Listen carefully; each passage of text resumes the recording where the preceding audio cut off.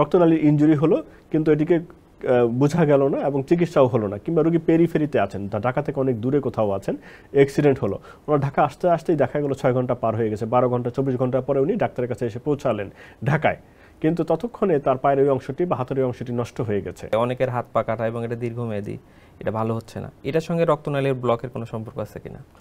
আসলে রক্তনালী ব্লকে অবশ্যই সম্পর্ক আছে। আমরা দেখতে পাই যে অনেক ভিক্ষুক বিশেষ করে দেখা যাচ্ছে যে হাত পা কাটা পঙ্গুত্ব বরণ করে আছে এবং তারা ভিক্ষাবৃত্তি করছেন।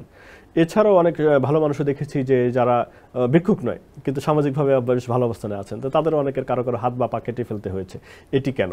তো বিভিন্ন কারণে এটি হতে পারে, কিন্তু এদের মধ্যে কিছু কিছু ব্যাপার আছে যে সমস্ত ক্ষেত্রে রক্তনালী ব্লক ছিল। আবার বাংলাদেশে রোড অ্যাক্সিডেন্টও অনেক বেশি হয়, যেমন বছরে প্রায় 5 থেকে 6 হাজার রোড অ্যাক্সিডেন্ট হয় এবং 5 থেকে 6 হাজার লোক মৃত্যুবরণ করেন, প্রায় 30,000 থেকে 50,000 মানুষ আহত হন বিভিন্নভাবে। তো এই যে যারা আহত হচ্ছেন তাদের ক্ষেত্রে দেখা গেছে হাত পা ভেঙে গেছে এবং একই সাথে রক্তনালীর ইনজুরিও হয়েছে।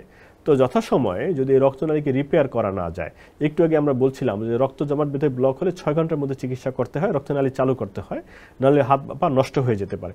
রোড অ্যাক্সিডেন্টও ঠিক একই ঘটনা ঘটে, যে রক্তনালীর ইনজুরি হলো কিন্তু এটিকে বোঝা গেল না এবং চিকিৎসাও হলো না, কিংবা রোগী পেরিফেরিতে আছেন, ঢাকা থেকে অনেক দূরে কোথাও আছেন, অ্যাক্সিডেন্ট হলো, ওনার ঢাকা আসতে আসতেই দেখা গেল 6 ঘন্টা পার হয়ে গেছে, 12 ঘন্টা 24 ঘন্টা পরে উনি ডাক্তারের কাছে এসে পৌঁছালেন ঢাকায়, কিন্তু ততক্ষণে তার পায়ের ওই অংশটি বা হাতের ওই অংশটি নষ্ট হয়ে গেছে, অর্থাৎ রক্তনালীর ইনজুরি ছিল এবং তার হাতে বা পায়ে রক্ত প্রবাহ বিঘ্নিত হয়েছিল এবং যথাসময়ে রক্তনালী চালু না করার কারণে, রক্ত প্রবাহ নিশ্চিত না করার কারণে ওই অংশটি নষ্ট হয়ে গেছে।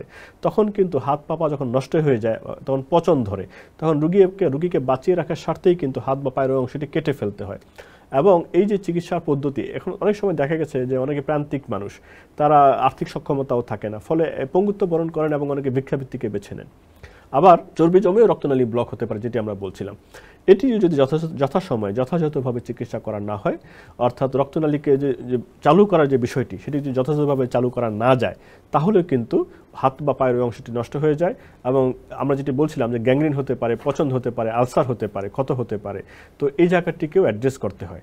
যখন এটিকে প্রপারলি অ্যাড্রেস করা না যায় এবং চিকিৎসা করা যায় না, তখনই কিন্তু সেই অংশটিকে কেটে ফেলতে হয় রুগীকে বাঁচানোর জন্য।